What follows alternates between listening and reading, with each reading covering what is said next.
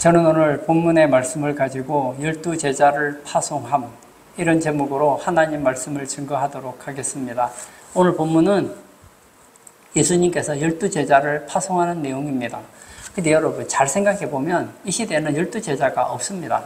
우리가 12제자에 대해서 공부해야 될 이유가 없는 거예요. 그럼 이 12제자는 대체 누구를 상징합니까? 이 12제자는 오늘날 목사를 예표하고 있습니다.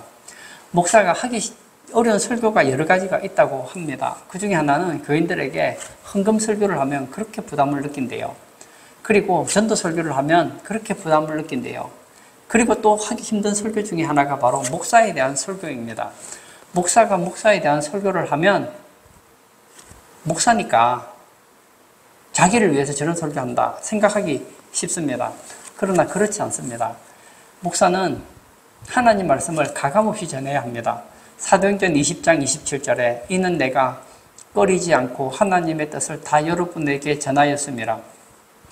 사도 바울은 말씀을 전할 때 꺼리는 말씀도 하나님의 뜻이라면 다 전했다는 거예요. 성경은 하나님 말씀입니다. 기록된 것은 모두 전하라는 거예요. 꺼리지 않고 전해야지 주의 종입니다. 하나님의 종입니다. 그래서 저는 오늘 여러분들에게 목사에 대해서 대체 목사란 대체 누구인가? 목사에 대한 설교를 하려고 합니다. 첫 번째, 예수께서 12제자를 파송하셨습니다. 1절을 제가 읽겠습니다. 예수께서 그의 12제자를 부르사 들어온 귀신을 쫓아내며 모든 병과 모든 약한 것을 고치는 권능을 주시니라. 예수님의 사역을 보면 처음에 준비 사역이 있습니다. 40일 동안 금식 기도하죠. 그 다음에 하신 것이 무엇입니까? 여러 가지 사역을 했지만 그 대표적인 것이 바로 제자를 가르친 것입니다. 그 다음에 한 게 뭐죠? 제자를 파송한 것입니다. 마태복음 28장 19절 상반절에 보면 그러므로 너희는 가서 모든 민족을 제자로 삼아. 예수님께서는 이 땅에서 공생의 사역을 한 3년 반 정도 하시고 제자들에게 가르치고 파송하십니다. 그리고 제자들에게 모든 것을 맡기고 손을 떼시고 승천을 하셨습니다. 오늘 본문에 나오는 이 12제자, 이 12제자는 오늘날 교회의 목사를 나타내고 있습니다. 예수님께서 보내셨다는 것은 목사들은 예수님이 보내심을 의미한다는 거예요. 즉 교회의 목사는 주님께서 파송하셨음을 의미합니다. 사랑하는 성도 여러분, 믿음의 중요한 요소 중에 하나는 하나님 말씀을 아는 것입니다. 성경을 모르고 맹목적인 신앙을 가지는 것은 위험합니다. 이 교회생활, 신앙생활을 바로 하려면 목사가 누군지를 바로 알아야 합니다. 목사는 예수님께서 보내신 자입니다. 예수님께서 파송한 12명의 제자를 다른 말로 사도라고 합니다. 이 사도라는 단어는 아포스톨로스라는 단어로서 특별한 사명을 위임받은 자로서 파견된 자라는 뜻을 가지고 있습니다. 예수님이 파견한 사람, 그가 누구라고요? 바로 사도입니다. 목사는 누구입니까? 예수님께서 파견한 사람이라는 거예요. 그러므로 목사의 인사권자는 누구입니까? 예수님이십니다. 잘못하면 주님이 처리하시고 발령을 취소하는 등 주님이 심판하십니다. 예수님은 지금 부활 승천하셔서 하나님 보좌 우편에 앉아 계십니다. 지금 이 시대는 예수님께서는 목사들을 파견해서 교회 일을 하도록 하고 있다는 거예요. 그러므로 우리 성도님들은 목사는 하나님이 보낸 자라는 것을 아시기를 바랍니다. 그리고 목사는 예수님의 사역을 대신하는 자라는 거예요. 고린도후서 5장 20절 상반절에 보면 그러므로 우리가 그리스도를 대신하여 사신이 되어 라고 얘기하고 있습니다. 우리는 누구라고요? 그리스도를 대신하는 사신이라는 거예요. 여러분, 목사라는 이 직에 대한 구약과 신약에 보면 여러 가지 단어들이 있습니다. 영어에도 이 목사를 가리킬 때 이 패스털, 목사라는 단어도 있고 미니스터, 봉사자 이런 뜻도 있습니다. 우리나라 같은 경우에는 주님의 종, 주님의 일꾼, 주님의 사신, 주님의 사환, 주님의 사자 이런 뜻을 가지고 있습니다. 이 사신이라는 단어는 임금의 사명을 받고 임금 대신 외국에 보냄받은 자를 말하고 있습니다. 다시 말하면 예수님께서 파송하셨다. 예수님이 사신으로 보냈다는 것은 예수님이 해야 될 일을 대신하는 자라는 것이죠. 구약에 보면 세 가지 직분이 있습니다. 대표적인 삼종직이 있습니다. 예수님을 다른 말로 기름 부음 받은 자라고 하잖아요. 그리스도라는 단어 또는 메시아라고 하는 이 히브리어와 헬라어의 뜻은 기름 부음 받은 자인데, 구약에 보면 누가 기름 부음 받았습니까? 왕이 기름 부음 받고 제사장이 기름 부음 받고 선지자가 기름 부음을 받습니다. 예수님은 바로 이 삼중직을 가지고 있다는 거예요. 이 삼중직이 대체 무엇입니까? 왕은 뭐 하는 사람입니까? 백성을 다스리는 사람이에요. 백성을 잘 돌보는 사람이 바로 왕입니다. 제사장은 뭐 하는 사람입니까? 백성을 위해 봉사하는 사람이에요. 선지자는 무엇을 하는 사람입니까? 백성들에게 말씀을 선포하는 자입니다. 예수님은 그의 백성들을 다스리고 백성들을 위해 봉사하시고 백성들에게 말씀을 주셨습니다. 이 목사의 예표라고 할 수 있는 모세를 볼까요? 모세는 하나님께서 보내서 이스라엘 백성들을 이끌도록 한 선지자이지요. 이 모세를 보면 모세는 이스라엘 백성들을 다스렸습니다. 그리고 성막에서 그리고 수시로 하나님 말씀을 전파했습니다. 그리고 그들로 하여금 가나안 땅에서 구원을 받도록 하나님 말씀을 증거하고 다스리고 그들을 위해서 봉사했다는 거예요. 예수님께서 12명의 제자를 선택하시고 파송하시잖아요. 그 제자들은 어땠습니까? 나중에 이 교회 감독이 되잖아요. 교회 감독이 돼서 어떻게 합니까? 교회를 다스리고 교회에서 말씀을 전하고 그리고 교회를 위해서 봉사했지 않습니까? 그리고 사도시대가 끝나갈 때 예수님께서는 또 누구를 세우십니까? 바로 목사를 세웠습니다. 교회를 위해서 내 사자를 보낸다고 했습니다. 그 목사가 교회에서 무엇을 합니까? 교회 일을 다스리고 교회를 위해서 봉사하고 교회에서 말씀을 선포하지 않습니까? 예수님의 이 삼중직이 부활하고 승천하신 후에는 사도들에게 계승됩니다. 이 사도들의 이 삼중직이 목사들을 통해서 계승되고 있다는 것을 보여주게 된다는 것이죠. 요한계시록 22장 16절에 보면 나 예수는 교회들을 위하여 내 사자를 보내어 이것들을 너희에게 증언하게 하였노라. 예수님께서는 교회들을 위하여 사자를 보냈다고 했습니다. 여기서 사자가 바로 목회자입니다. 그래서 뭘 하셨다는 겁니까? 이것들을 너희에게 증언하게 하였노라.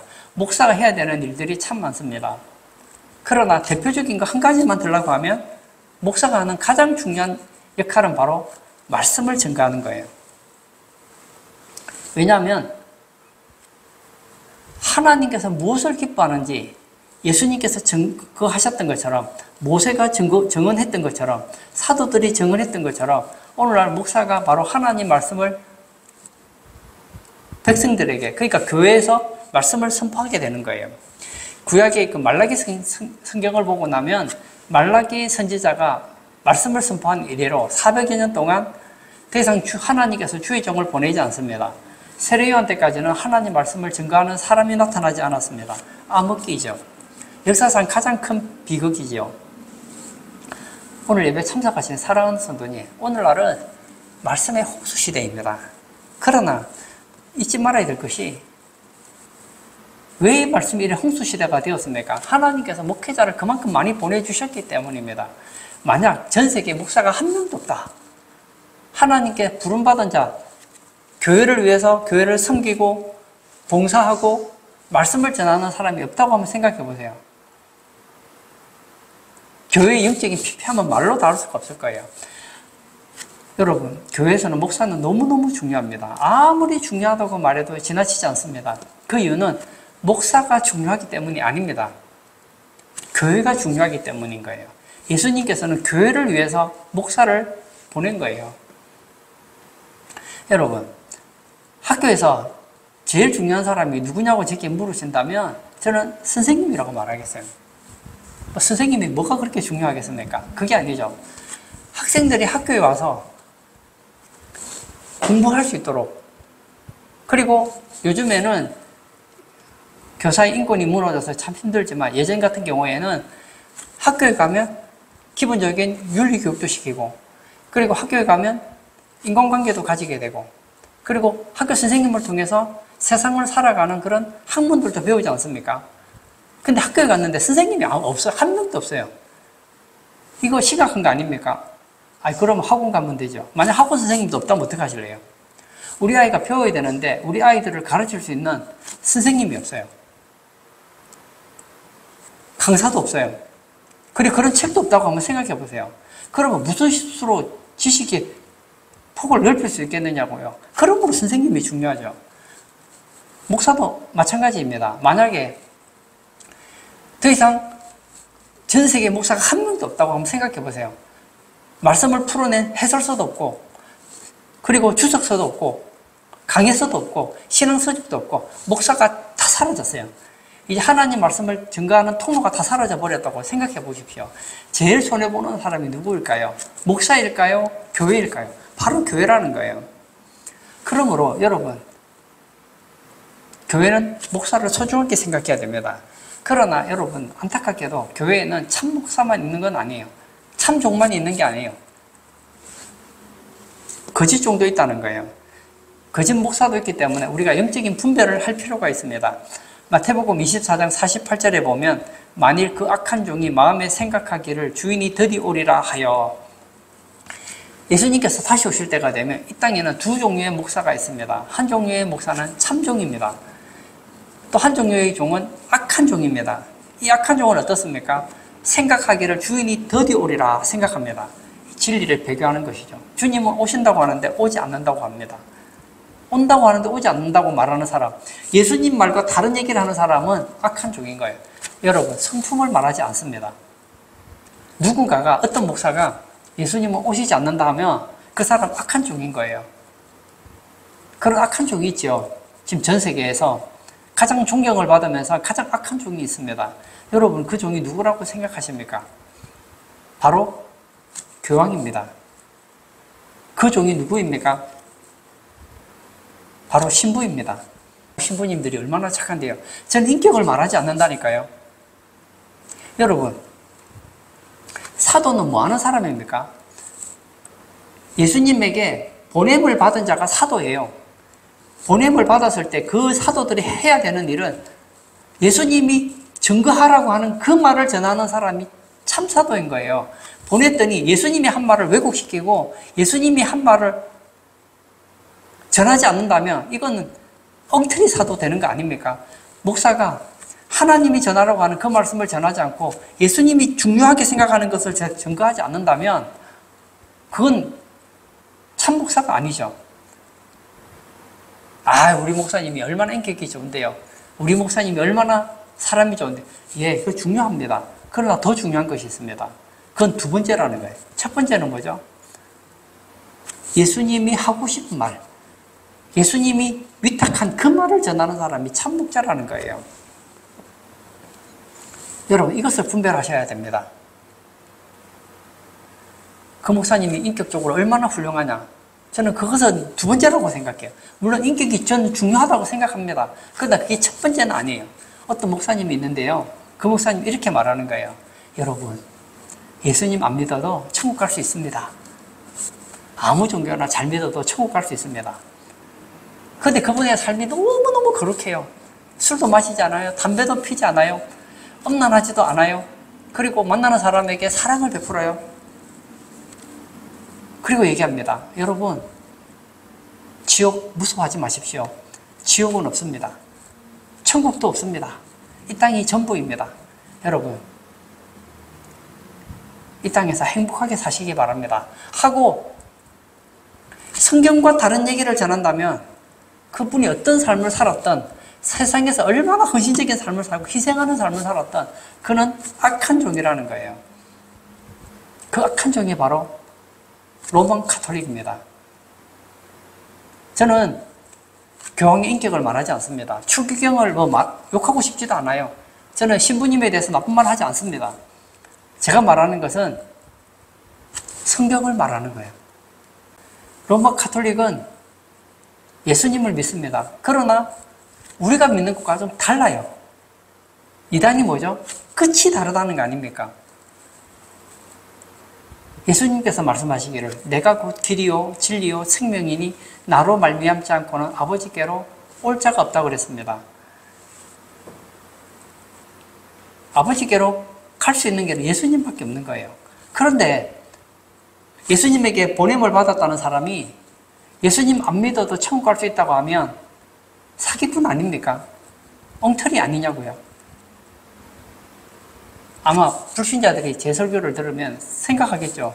저런 편협한 사람이 있나? 그렇게 생각할지 모르겠어요. 맞습니다. 종교학적으로 볼 때는 모든 종교는 다 좋죠. 모든 종교는 다 훌륭하죠. 그러나 저는 예수님의 입장에서 말하는 거예요. 예수님께서는 천하 인간의 구원받을 만한 다른 이름을 우리에게 주신 적이 없다고 성경은 분명히 말하고 있기 때문에 우리는 예수님만 전해야 되고 예수님만 믿어야 되는 거예요. 예수님이 천국과 지옥을 얘기했는데 천국과 지옥이 없다고 말하면 엉터리 아닙니까? 예수님이 다시 오신다고 했는데 예수님은 다시 오시지 않는다. 그것은 판타지와 같다고 얘기한다면 예수님 말씀을 무시하고 왜곡시키는 거 아닙니까? 그런 데가 있다면 떠나십시오. 왜냐하면 거기에는 구원이 없습니다. 여러분의 목사님이 좀 인격이 부족하더라도 진리를 전하면 품어주시기를 바랍니다. 두 번째, 영접지 아니하면 떠나라고 했습니다. 14절도 제가 읽겠습니다. 누구든지 너희를 영접하지도 아니하고 너희 말을 듣지도 아니하거든 그 집이나 성에서 나가 너희 발의 먼지를 떨어버리라. 마태복음의 구조를 보면 8장과 9장에는 예수님께서 스스로를 증거하십니다. 예수님께서는 자기의 사역을 통해서 그리고 가르침을 통해서 자신을 증거하셨습니다. 그런데 예수님께서 계속 자기 혼자서 자기를 증거할 수는 없잖아요. 예수님은 성경을 보면 알지만 3년 반 지나면 이제 승천해서 천국으로 가실 텐데요. 그럼 예수님을 증거할 누군가를 세워놔야 될 거 아닙니까? 그래서 어떻게 하죠? 제자를 뽑지 않습니까? 12명의 제자를 들러서 예수님을 증거하는 그 사역을 맡기는 사역을 하는 것을 우리는 보게 됩니다. 그러므로 이 12제자를 영접하지 아니하면 뭐라고 합니까? 발의 먼지를 떨어버리라고 했습니다. 오늘 본문에서 영접이라는 단어는 사역하도록 적극적으로 돕는 것을 말하고 있습니다. 발의 먼지를 떨어버린다는 것은 관계를 갖지 말고 떠나라는 거예요. 심판날에 소돔과 고모라 같이 된다는 것은 주님의 무서운 심판을 받게 되는 것을 의미합니다. 즉 목사의 사역을 적극적으로 돕지 않고 방해하면 주님께서 심판하신다는 뜻을 가지고 있습니다. 신앙생활에서 가장 중요한 것 중에 하나는 목사를 영접하는 것입니다. 어떻게 영접해야 될까요? 진심으로 영접해야 됩니다. 호크마주석 386페이지에 이런 말이 있습니다. 예수님의 제자들을 영접하는 것은 곧 축복을 영접하는 것이며 그들을 배척하고 그들의 복음을 거절하는 것은 저주를 자초하는 것이다. 진정 제자들은 예수를 대신하고 있었으므로 그들에게 물 한 모금 주지 아니하는 것은 예수를 떠나보내게 하는 것이며 그들을 기쁘게 영접하는 것은 예수를 맞아들인 것이다. 맞습니다. 마태복음 10장 40절에 이런 말씀이 있죠. 너희를 영접하는 자는 나를 영접하는 것이요 나를 영접하는 자는 나를 보내신 이를 영접하는 것이니라. 하나님께서 예수님 이 땅에 보내셨죠. 그리고 예수님께서 사도를 보냈죠. 그럼 한번 보세요. 이 사도를 영접하는 건 대체 누구를 영접한 겁니까? 예수님이 사도들을 보냈으니까 사도들을 영접하는 것은 예수님을 영접하는 것이 되겠죠. 예수님을 영접하는 것은 무엇을 의미합니까? 하나님께서 예수님이 이 땅에 보내셨으니까 예수님을 영접하는 것은 하나님을 영접하는 것이 되겠죠. 반대로 예수님이 보낸 사도들을 영접하지 않는 것은 사도들을 영접하지 않는 게 아니에요. 예수님을 영접하지 않은 거예요. 예수님을 보낸 분이 바로 하나님 아닙니까? 하나님이 보낸 예수님을 영접하지 않는 것은 예수님만 영접하지 않는 게 아니에요. 하나님도 영접하지 않는 거예요. 그럼 예수님께서 보낸 이 12명의 제자를 영접하는 것은 대체 어떤 의미를 가지고 있을까요? 오늘날로 말하면 우리가 어떤 식으로 목사를 영접해야 될까요? 그 첫 번째는 순종하고 복종하는 것입니다. 히브리서 13장 17절에 이런 말씀이 있습니다. 너희를 인도하는 자들에게 순종하고 복종하라. 그들은 너희 영혼을 위하여 경성하기를 자신들이 청산할 자인 것 같이 하느니라. 그들로 하여금 즐거움으로 이것을 하게 하고 근심으로 하게 하지 말라. 그렇지 않으면 너희에게 유익이 없느니라. 여기 보면 너희를 인도하는 자들이 나옵니다. 너희를 인도하는 자들이 누구입니까? 바로 목사입니다. 그들에게 순종하고 복종하라는 거예요. 여러분, 목회자가 여러분들에게 성경과 틀린 얘기 하지 않거든. 어떻게 하라고요? 순종하고 복종하라는 거예요. 그들은 너희 영혼을 위하여 경성하기를 자신들이 청산할 자인 것 같이 한다는 거예요. 두 번째는 기도하는 것입니다. 히브리서 13장 18절을 제가 또 읽겠습니다. 19절도 읽겠습니다. 우리를 위하여 기도하라. 우리가 모든 일에 선하게 행하려 함으로 우리에게 선한 양심이 있는 줄을 확신하노니 내가 더 속히 너희에게 돌아가기 위하여 너희가 기도하기를 더욱 원하노라. 여기 보면 이 히브리서에 보면 우리를 위하여 기도하라 그랬습니다. 여기 우리가 대체 누구일까요?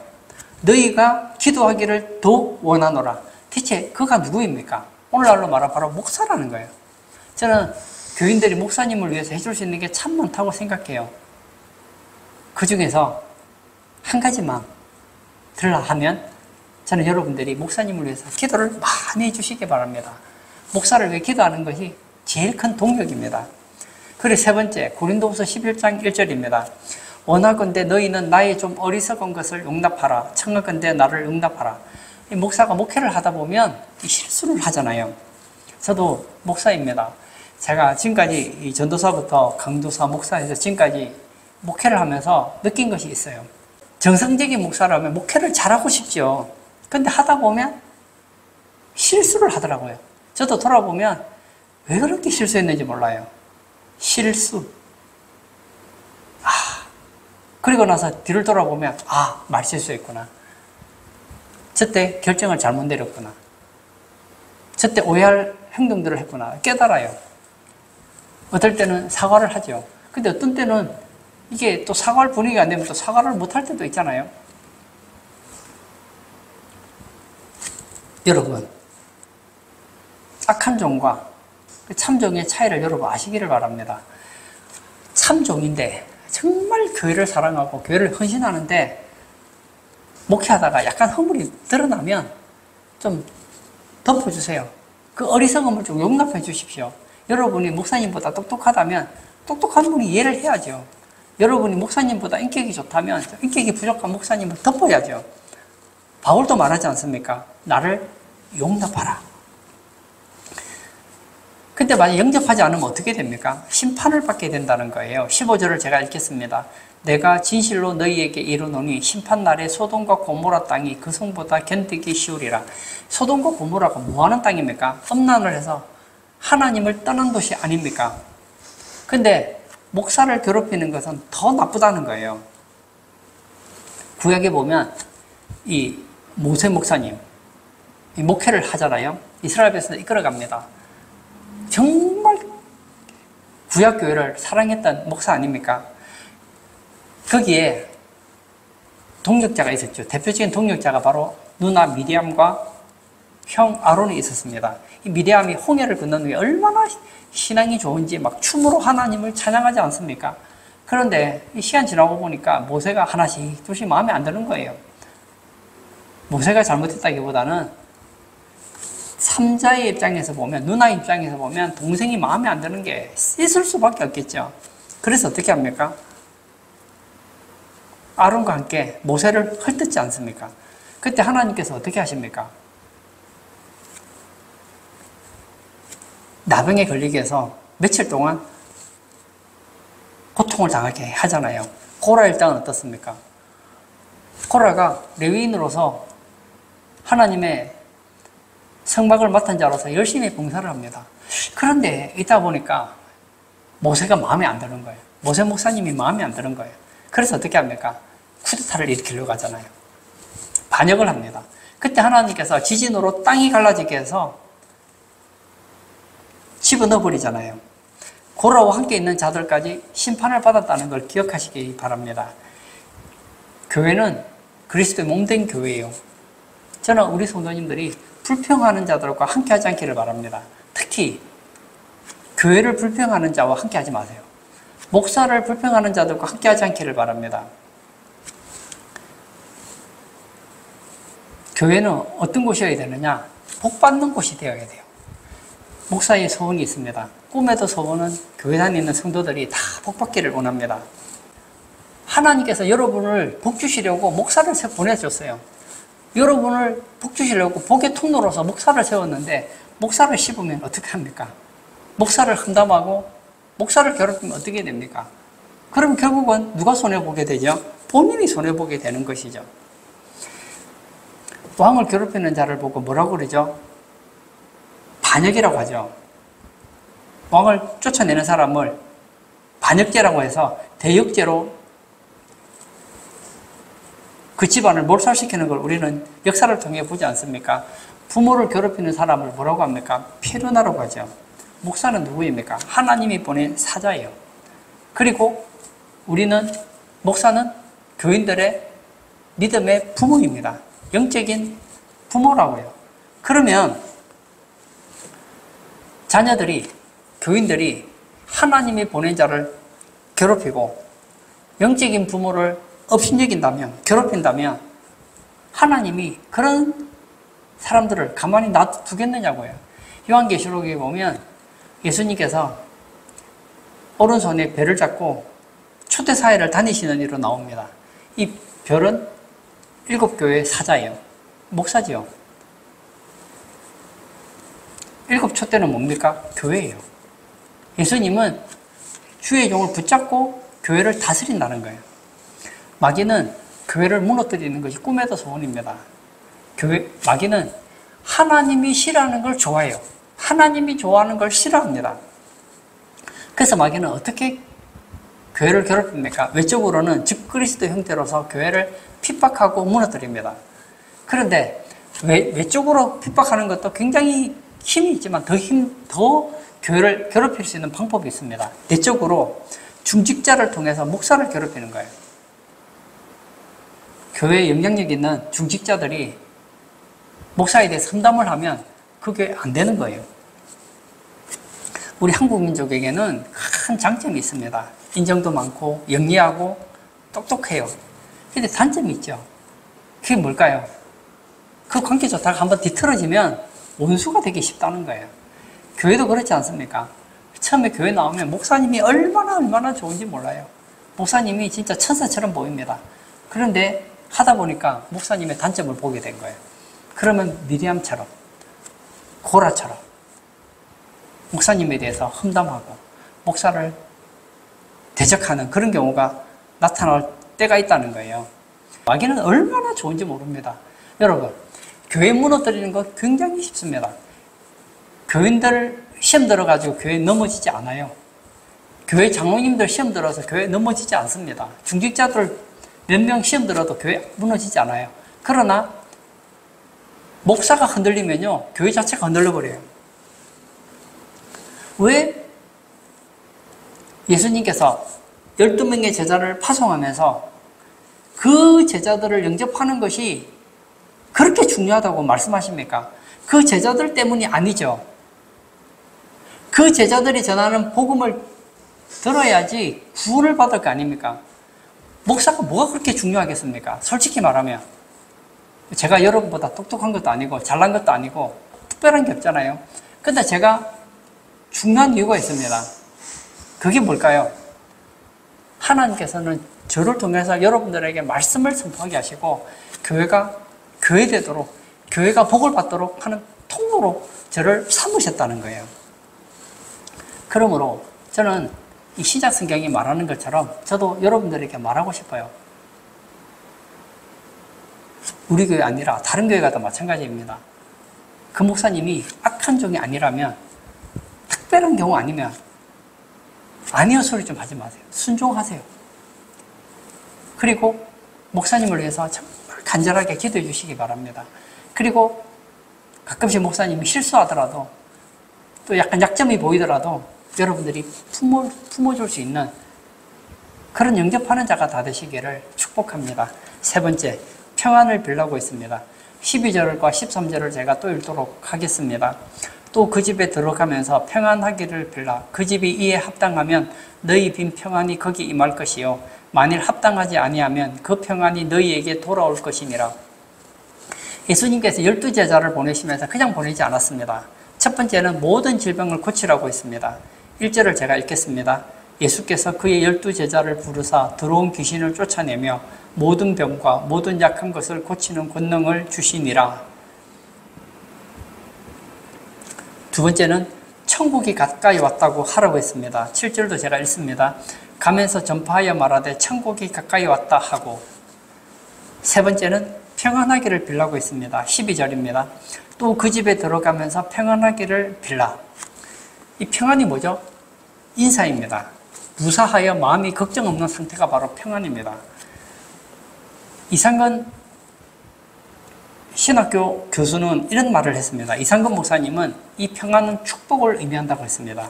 여기서 인사는 축복으로 성화되고 그 축복은 인격화된다. 즉 주의 종들을 잘 영접하면 복을 받게 된다는 거예요. 사랑하는 성도 여러분, 예수님께서는 예수님이 보내신 주의 종들을 통해서 복의 통로로 삼으십니다. 호크마저서 마태복음 387페이지에 이런 말이 있습니다. 제가 한번 읽어볼까요?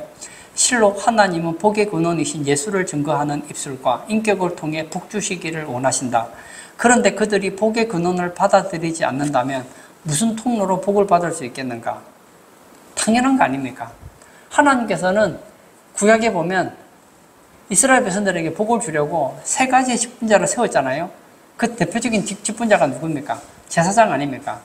제사장이 만약 없다면 이스라엘 백성들이 무슨 수로 제 문제를 해결하겠습니까? 제 문제 해결하지 않으면 어떻게 될까요?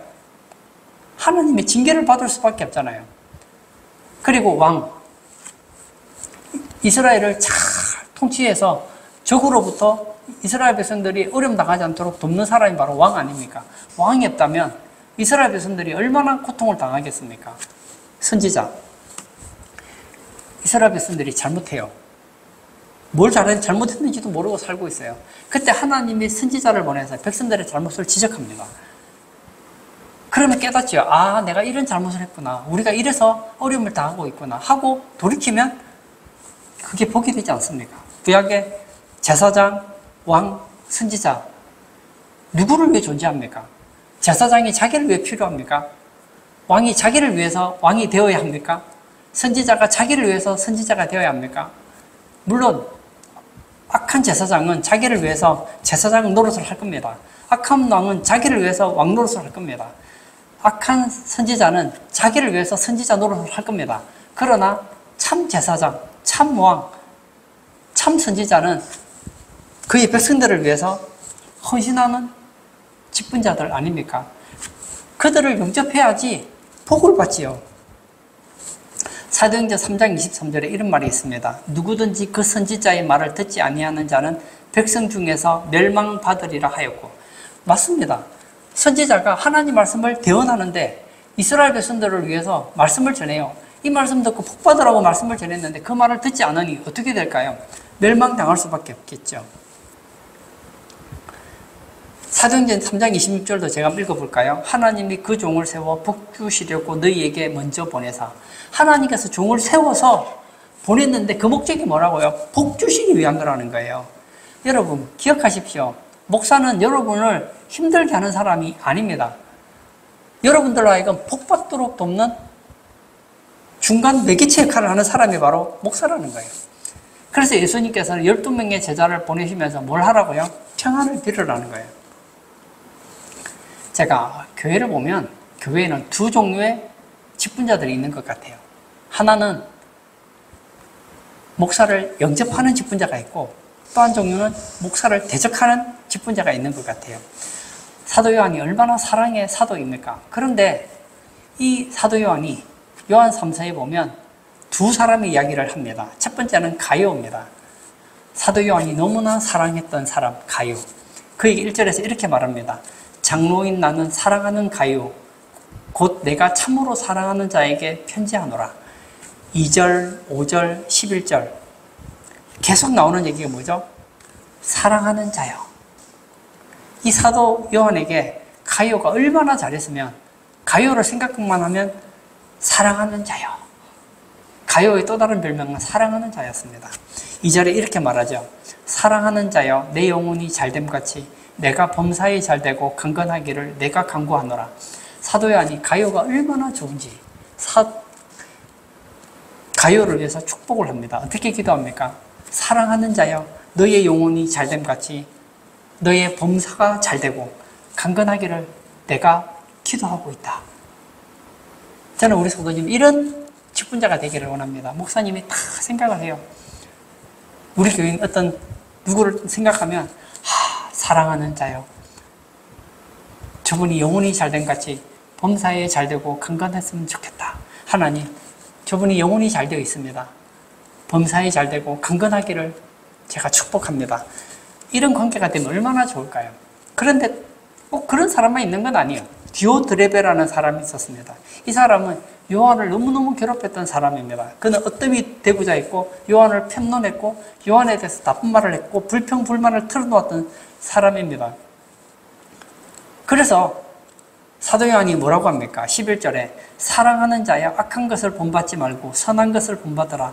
선을 행하는 자는 하나님께 속하고 악을 행하는 자는 하나님을 배우지 못하였느니라. 여기서 악한 자가 누구입니까? 디오드레베예요. 악한 것이 무엇입니까? 사도 요한을 대적하는 것입니다. 이런 성도가 되면 안 된다는 거예요.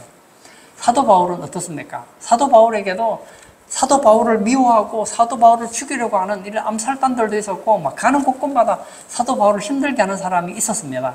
그러나 그런 사람만 있었던 게 아니에요. 동력자도 있었습니다. 그 대표적인 동력자가 바로 브리스가와 아굴라 부부였습니다. 제가 로마서 16장 3절과 4절을 읽겠습니다. 너희는 그리스도 예수 안에서 나의 동력자들인 브리스가와 아굴라에게 문안하라. 그들은 내 목숨을 위하여 자기들의 목까지도 내놓았나니 나뿐 아니라 이방인의 모든 교회도 그들에게 감사하느니라. 브리스가 아굴라 부부는 바울의 동력자였습니다. 얼마나 바울을 소중하게 여겼든지 바울의 목숨을 위해 자기의 목이라도 내어놓았다고 했습니다.